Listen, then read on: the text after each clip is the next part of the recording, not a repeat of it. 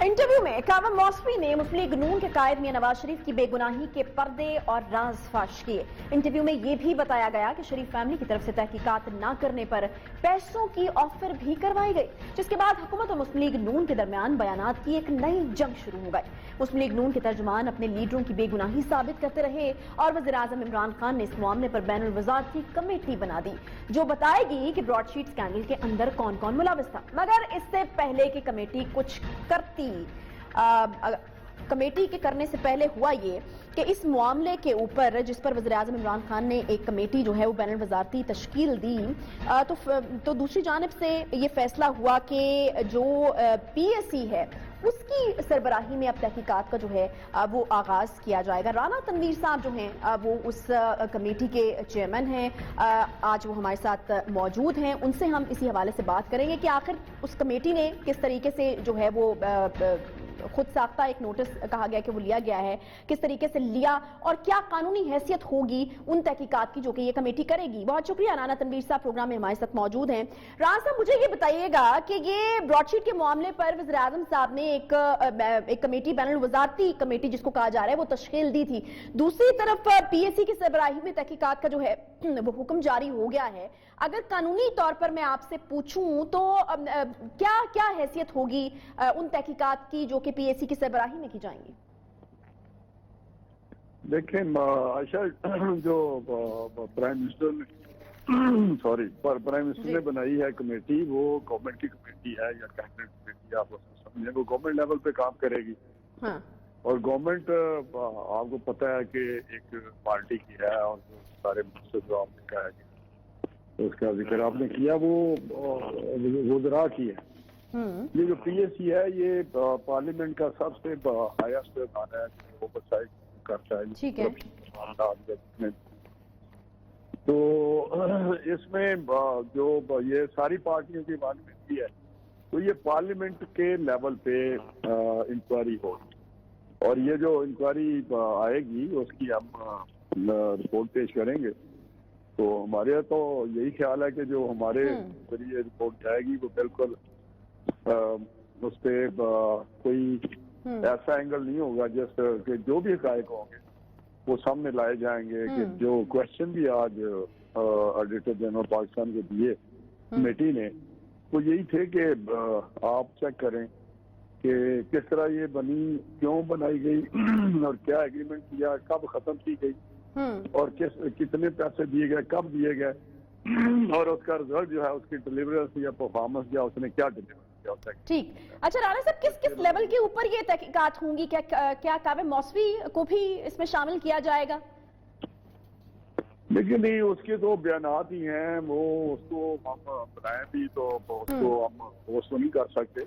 अच्छा। लेकिन उसकी जो प्रेस कॉन्फ्रेंस है उसकी आड़ में कोई जो उसने प्रेस कॉन्फ्रेंस की है या उसका जो मटीरियल है उसको परखा जाएगा डॉक्यूमेंट के साथ कि क्या डॉक्यूमेंट जो हमारे पास है, गवर्नमेंट के पास है, उसका क्या एविडेंस है, उसका डॉक्यूमेंट्री एविडेंस क्या है कि किस तरह ये हुआ, किस तरह से हुआ। ये 2002 की बात करते हैं लोग के, 2002 में ये एक एग्रीमेंट किया था, मुशर्रफ का दौर था और फिर खत्म भी ये कर दिया गया और खत्म करने का जो नतीजा निकला वो भी आपके सामने है। एक लिस्ट भी आई है पेपर्स, न्यूज़ पेपर्स में कि जो काफी सारे लोग हैं मुख्तलिफ शोबा से तल्लुक रखते हैं, पॉलिटिशियन हैं, फौज पाकिस्तान से हैं, मुख्तलिफ शोबे जितने भी ब्यूरोक्रेट्स हैं, वो सारी आपको पता 200 जो लोग हैं उनकी एक लिस्ट आई है जो उसकी उसने छानबीन करनी थी। ठीक है। उसने क्या की, आगे किस तरह प्रोग्रेस हुई, क्या प्रोसीड, किस तरह उन चीजों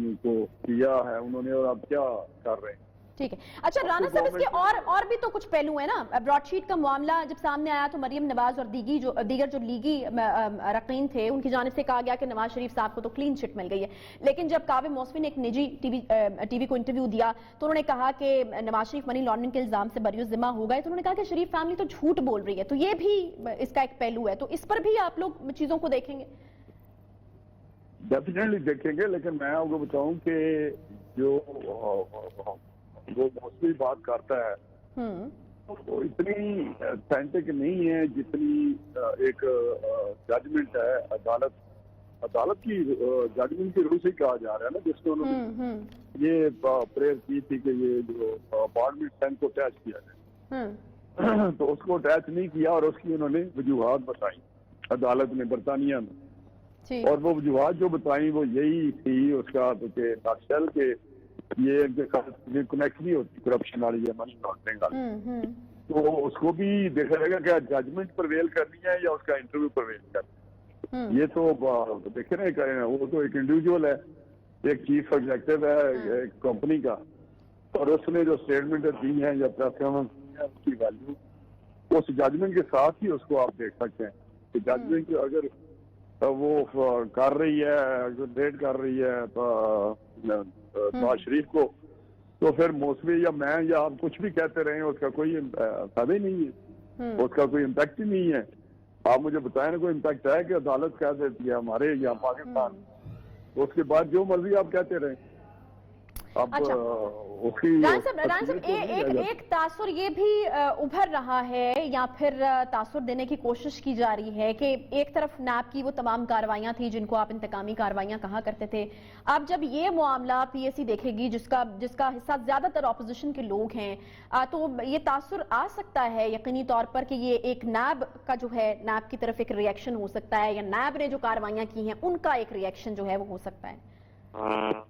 نہیں بالکل یہ بات نہیں، کیونکہ پی ایس سی میں تو زیادہ تر حکومتی نگران ہے، اور سب کی رائے یہ ہے کہ ایسا ایشو کھڑا ہوا ہے جس بہت سارے سوال اٹھ رہے ہیں اس براڈ شیٹ کے مسئلے پہ، جس طرح 4 ارب یا 6 ارب دیے گئے، وہ کس طرح کی دیے گئے، یہ قوم کا پیسہ ہے اور ٹیکس کا پیسہ ہے، وہ کیوں دیے گئے، کس قانون کے تحت کی گیا اور اس کا آؤٹ کم کیا ہوا۔ ہمارا تو یہ مقصد ہے نا کہ پتہ تو چلے، اس میں یہ نہیں ہے خدا نخواستہ کوئی نیب کو تو مرود الزام نہیں اٹھا رہے ہیں، نیب کا اس نے لینا دینا، نیب نے تو وہاں ایک نیب کا نمائندہ تھا اس نے کہا کہ جی ہم نے اس کی جو رپورٹ ہے تیار کی ہوئی ہے اور 18 کو بریف کرنا ہے، ایک ہماری سب کمیٹی ہے اس کو، اس جو نمائندہ تھا نیب کا جو آتا ہے میٹنگ میں، تو ہم نے اس کو کہا کہ آپ سب کمیٹی کو 18 کو نہیں دیں گے، کیونکہ وہ ایک سب کمیٹی 4-5 ہمارے ممبرز کی ہوتی ہے، آپ پوری کمیٹی کو دیں وہ بریفنگ، وہ رپورٹ لائیں اور بریفنگ دیں، تو 19 کو آپ آ جائیں اور پوری کمیٹی کو بریف کر دیں، اس میں تو کوئی اور ایسا ایشو نہیں ہے کوئی ہم نے کوئی رانا صاحب آپ کے خیال میں یہ بہتر نہیں ہوتا کہ عدالت اس کی تحقیقات کرواتی یا اس پہ کوئی عدالتی کمیشن بن جاتا؟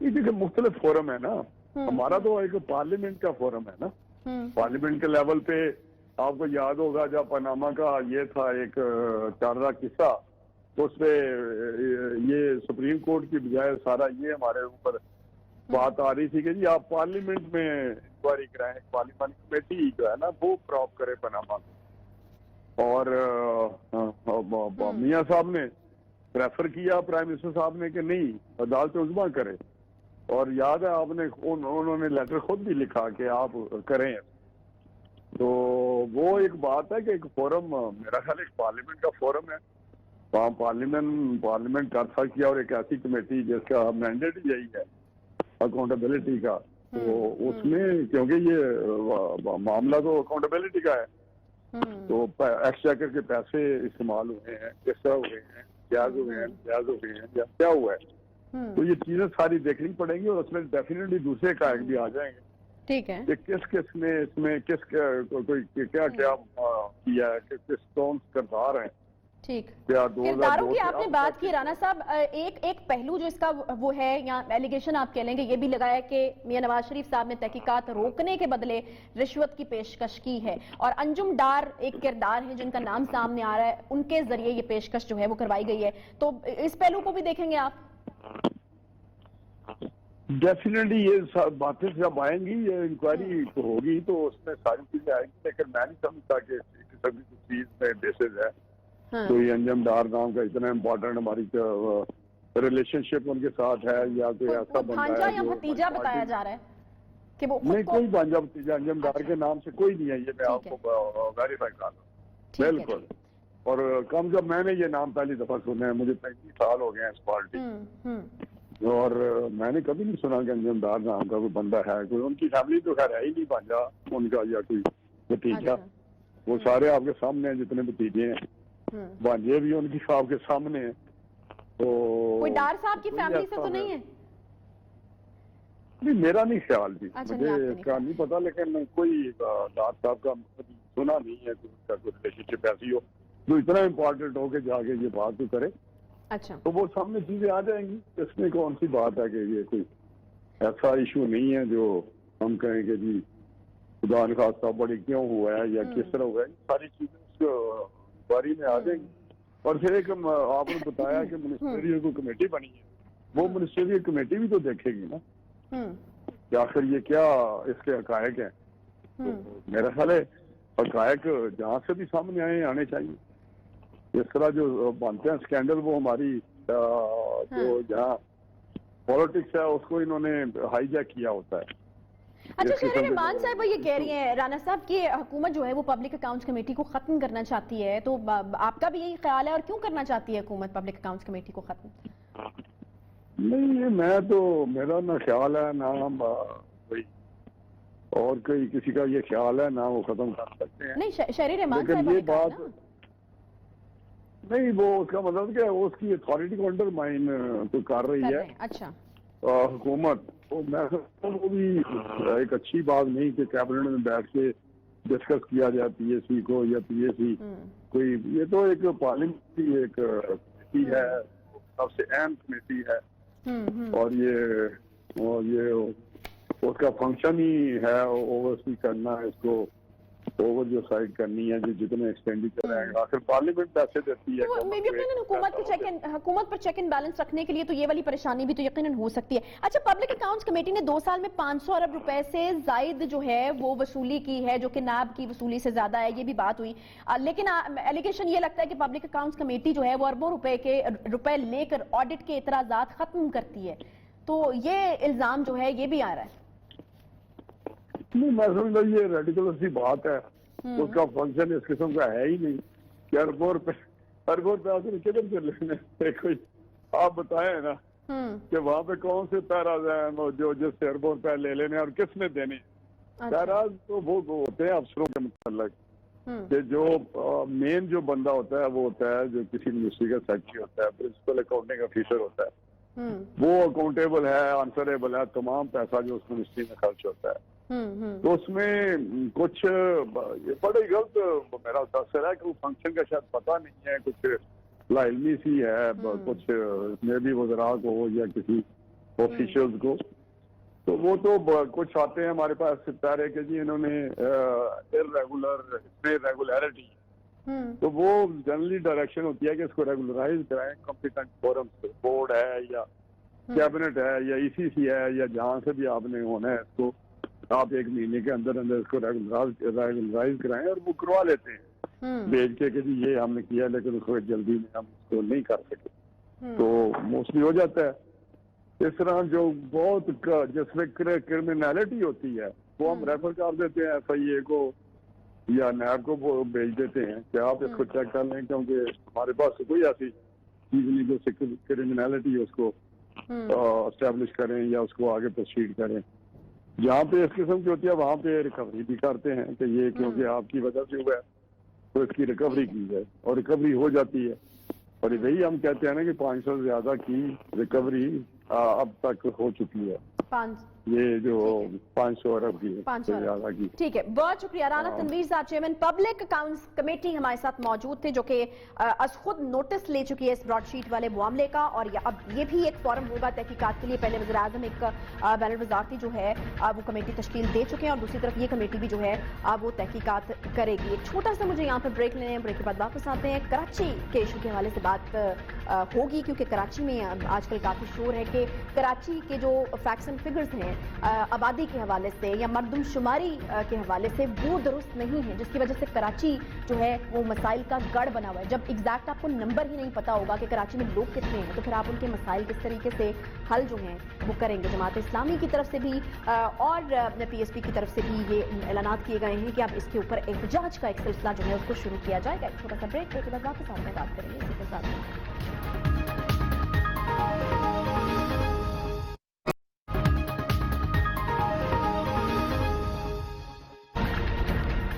Welcome back. पाकिस्तान का सबसे बड़ा शहर कराची मुल्क के दीगर बड़े शहरों की निस्बत ज्यादा और पेचीदा मुश्किलात से दो चार है। एक तरफ कराची में वसाइल का रोना रोया जाता है, फंड्स की अदम दस्तियाबी के बायस इस शहर को एक अजीबो गरीब किस्म की एक तस्वीर पेश करता हुआ नजर आता है। जिस तरफ नजर दौड़ाएं मसाइल ही मसाइल नजर आते हैं। ना कराची को बिजली मिलती है, ना गैस आती है, ना ही शहर में पीने का साफ पानी मैसर होता है, ना कराची को मुकम्मल आबादी के लिए सेहत की सहूलियात मैसर हैं और ना ही ट्रांसपोर्ट का कोई निजाम मौजूद है। कराची की सियासी क़यादत का अगर तस्करा किया जाए तो एक दूसरे पर इल्जामात से आगे कभी बढ़ा ही नहीं जा सका।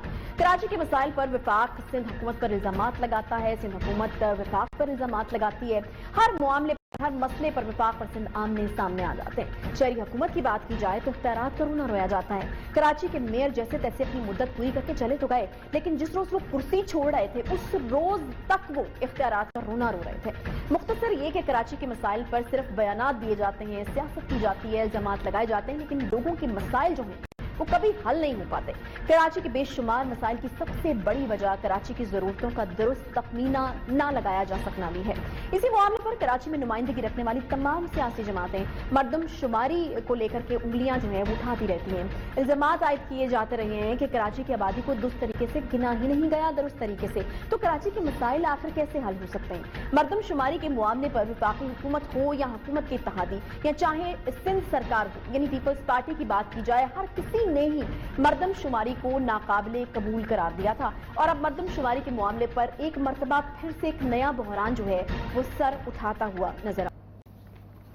जमात इस्लामी कराची ने कल से शहर भर में धरने देने का ऐलान कर दिया है। अमीर जमात इस्लामी कराची हाफिज नईमुर रहमान ने इल्जाम आयद किया है जी कि पीपल्स पार्टी और एमक्यूएम को कराची से दुश्मनी का जो है वो सबूत दे रही हैं दोनों जमातें, और उन्होंने ये भी कहा है कि पीएसपी के लोग चाइना कटिंग में मुलविस रहे हैं, जबकि सिंध हुकूमत और पीपल्स पार्टी तो कराची को सूबे का हिस्सा ही नहीं समझती। ना कराची के इदारे ठीक किए जा रहे हैं, ना ही लोगों को मुलाजमतें दी जा रही हैं। उन्होंने मुतालबा किया है कि कराची की आबादी 3 करोड़ से ज्यादा है, इसलिए इसे दुरुस्त तौर पर गिना जाए।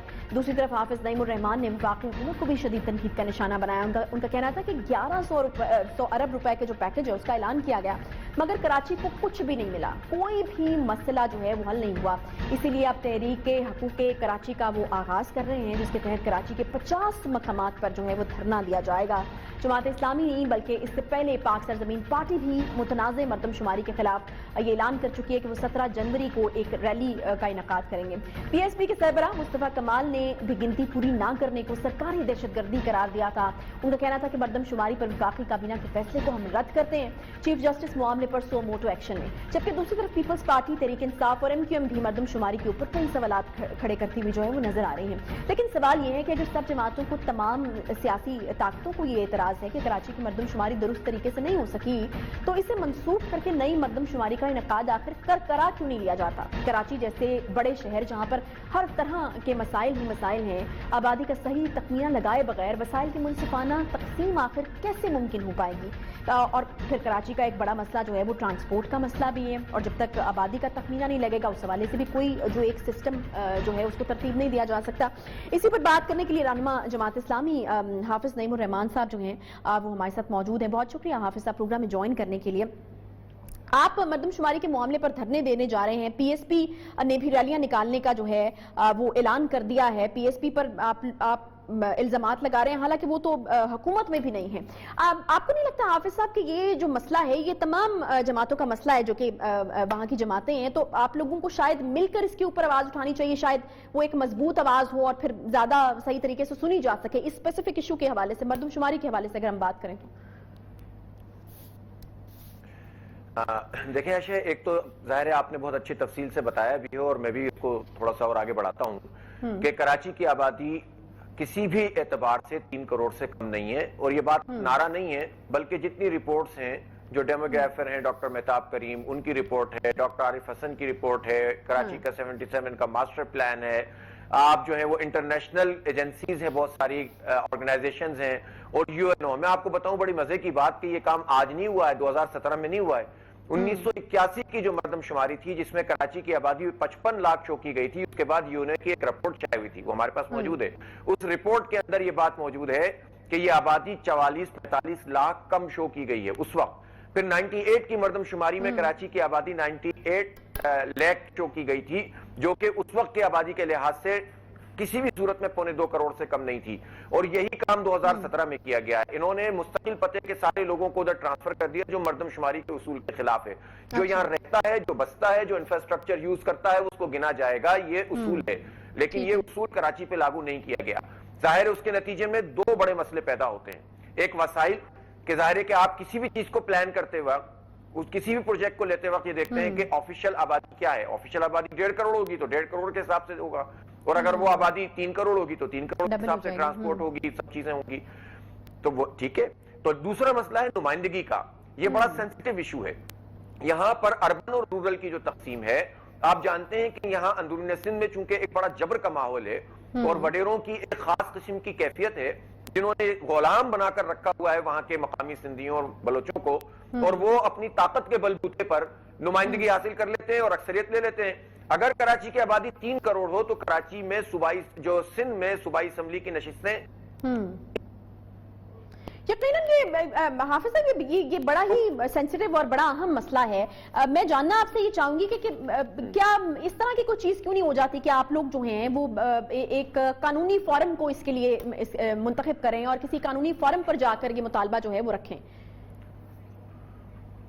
ये केस सुप्रीम कोर्ट के अंदर भी मौजूद है। हम असर नो इस पर जो है दोबारा तैयारी कर रहे हैं, दोबारा कोर्ट के अंदर जाएंगे। और ये जो आपने सवाल किया था वो बहुत अहम सवाल है कि ये पार्टियां जो अब एतराज कर रही हैं, तो ये मिल क्यों नहीं जाती। देखें, जमात इस्लामी और बाकी पार्टियों की पोजीशन में फर्क है। ये सारी जमातें वो हैं जो हुकूमतों के अंदर शामिल रही हैं, इंक्लूडिंग पीएसपी। ज़ाहिर है वो एक एमक्यूएम का एक ऑफशूट है, जो कि इस वक्त ज़ाहिर अलग हो गए हैं, वरना वो उन्हीं के मेयर थे, और जो कुछ भी हुआ है प्लस या माइनस वो सब उसमें शरीके कार थे। यानी जब 81 की मर्दमशुमारी नोटिफाई हुई थी तो 1987 में हुई थी। 1987 में एमक्यूएम पूरी ताकत के साथ इस शहर में मौजूद थी, किसी और की तो आवाज ही नहीं उठती थी उस वक्त।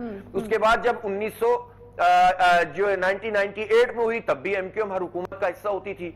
इसी तरह से 2017 में अभी भी वो पिछले, यानी अभी आप देखिए पीटीआई के साथ हुकूमत का हिस्सा है।